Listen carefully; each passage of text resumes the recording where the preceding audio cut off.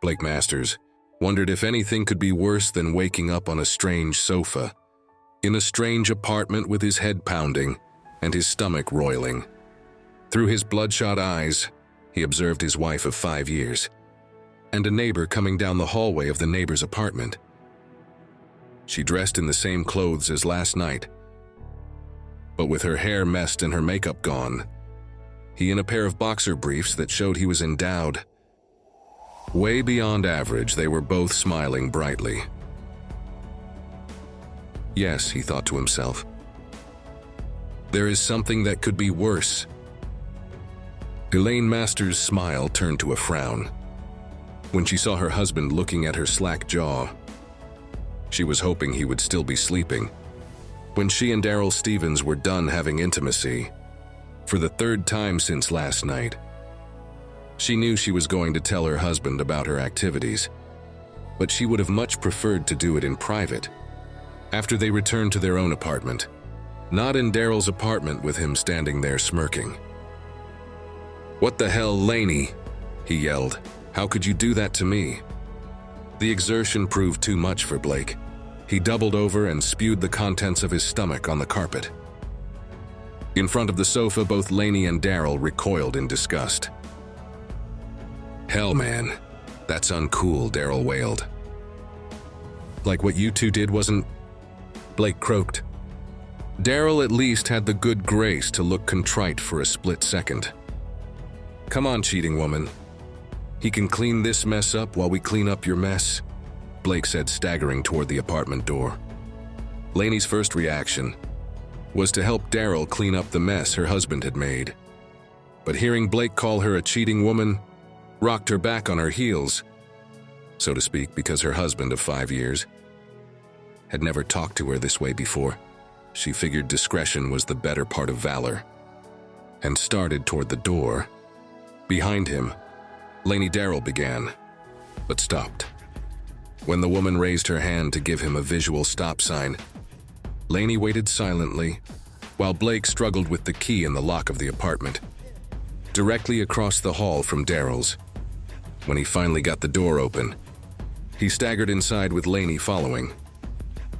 Crashing down on his own sofa, Blake worked his body into a position where he was half sitting, half laying. His eyes looked sunken and haunted. "What could you possibly say that I would want to hear?" Laney Blake rasped. "You got what you wanted, even though you kept telling me you didn't want it. Was it everything you hoped for?" Laney had gone over several options in her head in the few seconds. From Daryl's apartment to the one she shared with her husband, she couldn't see any option working, except the surprise element of the truth. "It was absolutely the best night of intimacy I've ever had in my life," she said calmly, showing no sign of fear or anxiety.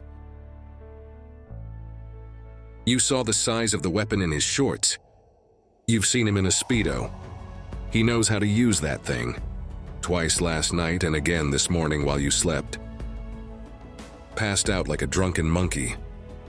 I hope you're proud of yourself." Blake blushed at the accusation. He had never passed out from drinking before. Thinking back on the evening, he recollected only having 4 mixed drinks at the party, before waking up on Daryl's sofa that morning. "What did that jerk give me last night? I only had 4 drinks. Blake started to respond. "Yeah, right," his wife replied, although she had to admit to herself that she had never seen her husband as out of it as he appeared to be last night. "Regardless, you're saying it's okay to cheat on me if I get drunk?" Blake asked, "When you embarrass yourself and me." Laney said, purposely not finishing her statement. Blake staggered into the kitchen and grabbed a handful of aspirin and a bottle of water. He then staggered into the shower. As the fog cleared from Blake's brain, he thought back over the last few months. He knew it was a matter of time before his wife betrayed him. She all but told him she would the first time she laid eyes on Daryl. With their careers starting to flourish, Blake and Laney had moved into the higher-end apartment complex 7 months ago. several neighbors went out of their way to welcome the pair, including their neighbor across the hall. Daryl was outgoing and friendly, a handsome man who appeared to spend a lot of time in the gym. Blake noticed that the neighbor appeared to spend more time paying attention to his wife than to him, something that was not uncommon, since Lainey was a beautiful blonde with a fantastic body. Blake was a good-looking man, but he knew his wife was at the least a high 9 on a 10-point scale. Men hit on her on a regular basis, even in front of him sometimes. But until Daryl Hoff came along, his wife seemed immune to their charms. He watched as Lainey tried to play it cool with Daryl, but failed miserably. He caught her constantly sneaking looks at the man and flushing. But what really gave her away in Blake's mind was her denial of the attraction. When Blake pointed out in a casual conversation with her that Daryl was a handsome man, she blushed deeply, took a deep breath, and then uttered, I suppose so." Never before had his wife docked her statement. Open communication was a hallmark of their relationship. No subject was off the table. Even if they disagreed, neither was afraid of a well-thought-out argument. Lainey's refusal to engage spoke volumes. Things only got a little worse the first time the pair encountered Daryl at the complex pool in the summer. The man appeared to be packing a large snake in his board shorts, and Blake saw that his wife definitely noticed. Blake was not going to sit idly by and watch, as his wife was slowly seduced by his neighbor. Several times in the next few weeks, he subtly let it be known to both parties that he would not brook interference in his marriage by Daryl. "Have I ever given you any indication that I would cheat on you, babe?" Lainey said to him after he had again reminded her that he would not tolerate her breaking their vows. "Don't turn into a paranoid idiot." Blake watched his wife carefully over the next several weeks. He wasn't happy when she told him about Daryl's party, coming up in 2 weeks, but felt he really couldn't justify staying away. There would be several other neighbors attending, as well as people from Daryl's workplace. Blake and Lainey walked across the hall. About 5 minutes after the party started, they mingled with several neighbors and met several of Daryl's co-workers. After getting their second margaritas of the evening, they split apart to mingle on their own, something they often did at parties. Only this time, Blake made sure to keep his wife in view most of the time. He found it odd that she seemed to be avoiding their host. Blake didn't hesitate to accept his third margarita. Directly from Daryl, he never noticed that. He was starting to feel buzzed after accepting the drink. He remembered having yet another margarita sometime later, but didn't remember much else until he woke up on Daryl's sofa. Daryl made sure that Lainey noticed her inebriated husband, staggering around his apartment and slurring his speech while talking to other people at the party. "You never told me he was such a lightweight." He chuckled as Lainey looked at her husband and frowned. When the party finally broke up, Lainey and Daryl picked up the worst of the mess and put a blanket over the prone Blake. "It's karma, Lainey. He deserves what he gets, and you deserve to get some of this," Daryl said as he took the woman's hand and ran it down to his pants. She took another look back at her husband, then followed Daryl to his bedroom. She had been waiting for this day for almost 6 months. Lainey wasn't disappointed when she got into bed with Derry. His smile got even bigger as more clothes came off. She was every bit the goddess he imagined. He noticed that she never asked him to use protection, and he certainly wasn't offering. The pair snuggled for about 20 minutes before doing the deed a second time. Daryl was asleep 5 minutes later. Lainey got out of bed, went down the hall, and checked to make sure her husband was sleeping soundly. She looked at the prone form of her husband, smirked broadly, and went back to Daryl's room, sliding into bed up against the big man's back. She bucked her hips into those fingers as she awoke, wrapping her arms around her lover and giving him a passionate good morning kiss. "Good morning, lover." She whispered, "Sleep well." "Oh yeah. Now how about we celebrate the morning before we wake up?" "Your loser husband," he said. Lainey frowned despite what she was doing at the moment. She still loved her husband and didn't feel comfortable with Daryl's spoken humiliation. "The least you could do is remember whose wife I am and try to show him a little respect," she said. "Yeah, okay," he responded back quietly.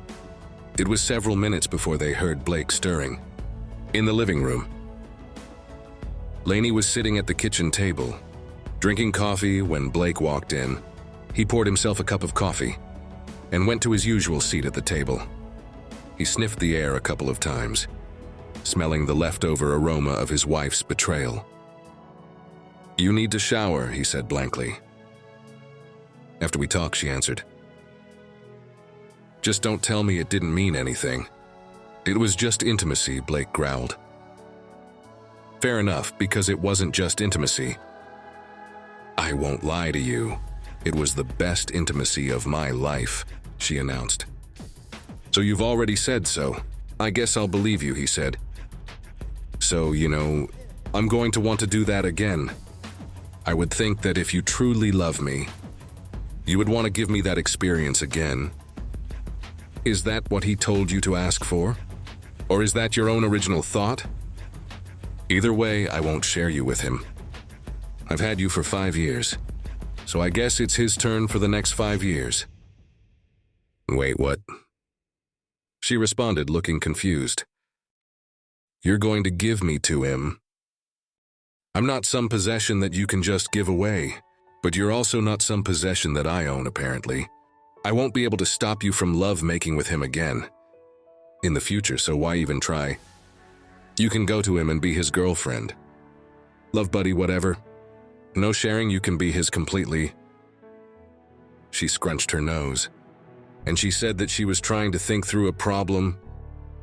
"What if I don't want to be his?" "I'm already yours," she said. "We're mine, babe. I knew this day was coming. How could you know that I didn't even know that?" she asserted. "Apparently, I know you better than you know yourself. Did you ever consider that?" Blake said. Up until a few months ago, Blake thought he had married the perfect woman. Beautiful swimsuit model's body. Brains and personality, she could be a bit of a know-it-all, which he found an endearing quality, and was independent enough that she didn't feel she needed to always be on the arm of a boyfriend. Blake and his roommate were at a party on campus, at their Midwestern University, in their junior years when Lainey and 2 friends made an entrance. Blake noticed that all 3 women were beautiful, but since he had a thing for redheads, he focused in on Lainey, who was a sophomore. Apparently so did a lot of other guys at the party, because it took almost 2 hours for Blake to finally get the opportunity to introduce himself, or plead his case, he noted to himself. "Under normal circumstances, I'd offer to get you a drink, but my mama didn't raise no fools. I waited 2 hours to get a chance to talk to you. If I leave you alone for a minute, I'll never get the chance to talk to you again tonight." Blake said. Lainey giggled and Blake was hooked. She seemed happy to be in his company as well. The 2 lived together for their last 2 years of school. Blake was a pharmacy major with a 5-year course schedule, so the 2 graduated the same year. They were married a year after that. Neither was a virgin when they met, but they also weren't exactly players. They learned from each other as life went on, and both seemed happy with what the other brought to the table. Until Lainey wasn't. Blake noticed when Lainey got out of the shower. Blake was nowhere to be found. She walked across the hallway and knocked on Daryl's door. He was surprised to see the woman at his door. "Wow, did he let you come back?" Daryl questioned. "He apparently doesn't care. Told me you could have me left when I got into the shower," Lainey said in a clipped tone. "Huh? Any man who would give you up is a moron," "Come on in lunch," he asked. Thinking with his small brain, Daryl spent much of the afternoon trying to convince the woman to move in with him. He would throw away his current girlfriend in a heartbeat. If he could have Lainey, he thought to himself. Spurred on by Daryl, Lainey spent much of the afternoon raging against her husband. "It's my body, and I'll give it to anybody I want. So damn him," she yelled at one point while she paced around Daryl's apartment. "He's letting me go, huh? I'll go with whom I want. He can stay home and play with his little toy for all I care." Daryl smirked at Lainey's last statement.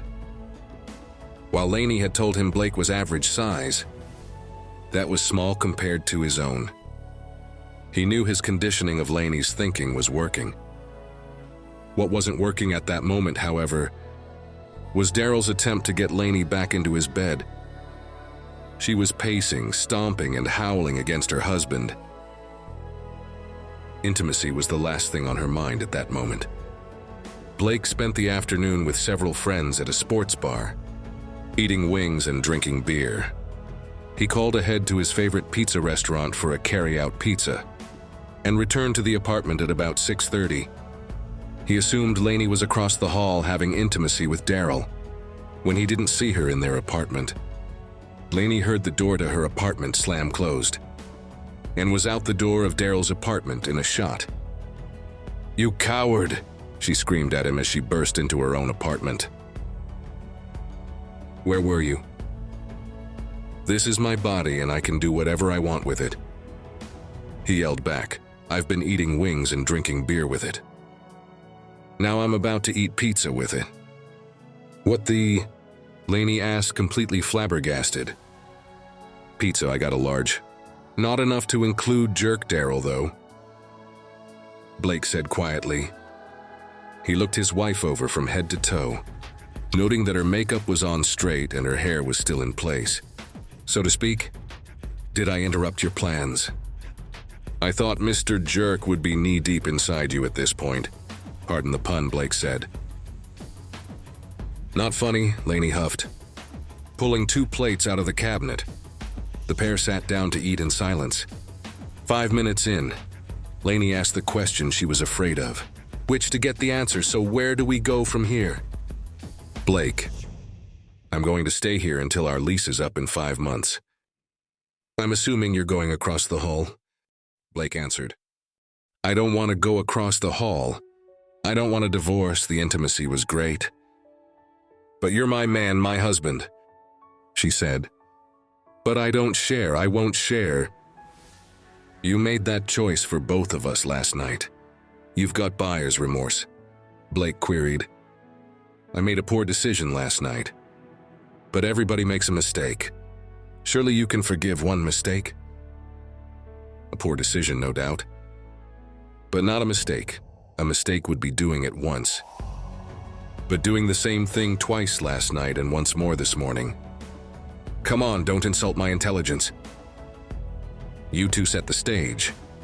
I'm pretty sure I got drugged and then you followed your game plan. Blake said you wanted him. He wanted you. You both got what you wanted. The only one out of anything here is me. But I'll get over it someday. It's too late to be worrying about me now." Lainey sat quietly crying. "I don't want to go, Blake. I want to stay here," she sobbed. "Pack a bag, babe. Go back to Loverboy." Daryl was all smiles when he answered the door later that evening. Lainey grimaced as she walked in with a bag in her hand.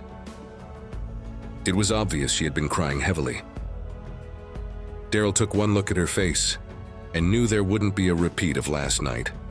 On this night, not only did the two not have intimacy, but Daryl couldn't even persuade Lainey to share his bed that night. She slept on Daryl's sofa, wearing a t-shirt and a ratty pair of sweatpants. Lainey was still sleeping when there was a loud knocking on Daryl's door. She glanced at a clock on the wall and shivered when she saw it was just 6:24. Who would be knocking on someone's door this early on a Sunday morning? She wondered as she staggered to answer the knock. Elaine Masters asked a young woman. who looked to be barely out of high school. It took Lainey a split second to realize the young woman was addressing her. The only place she was ever called by her full first name was at her job or at her parents' home. She nodded mutely at the girl when recognition came to her brain. "You have been served," the young woman exclaimed in a tone much too cheery for the hour. Lainey thought, "Who gets served on Sunday morning?" Lainey mumbled. "You do," the young woman replied, before turning on her heel and leaving. Lainey walked over to the sofa, retrieved her keys, and stomped back across the hall and into her apartment. "Get up, you coward!" she screamed as she marched into the bedroom where Blake lay sleeping. "How the hell did you get a divorce petition done in just one day?" she yelled to her husband. "Remember, I said I might know you better than you know yourself. Well, I'd had those papers done for about a month, knowing it was only a matter of time. I called over to the attorney's office yesterday and paid a little OT to get it.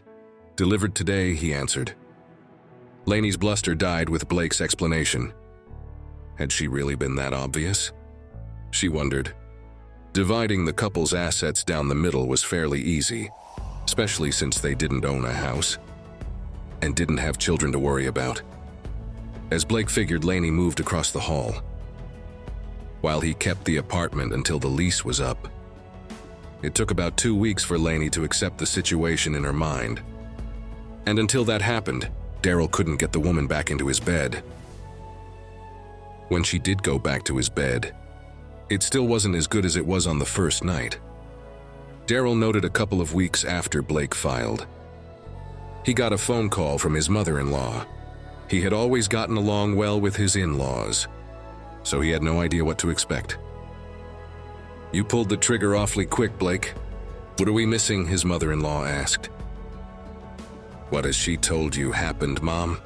he asked in return. "She said she made a mistake on one day and you filed the next." "Really, that quickly? What's this mistake that she's trying not to tell me about?" "What she's trying not to tell you is that she cheated on me 3 times over a night, and the next morning, she and the guy across the hall had been getting too friendly. I felt and I warned her that one slip was one too many.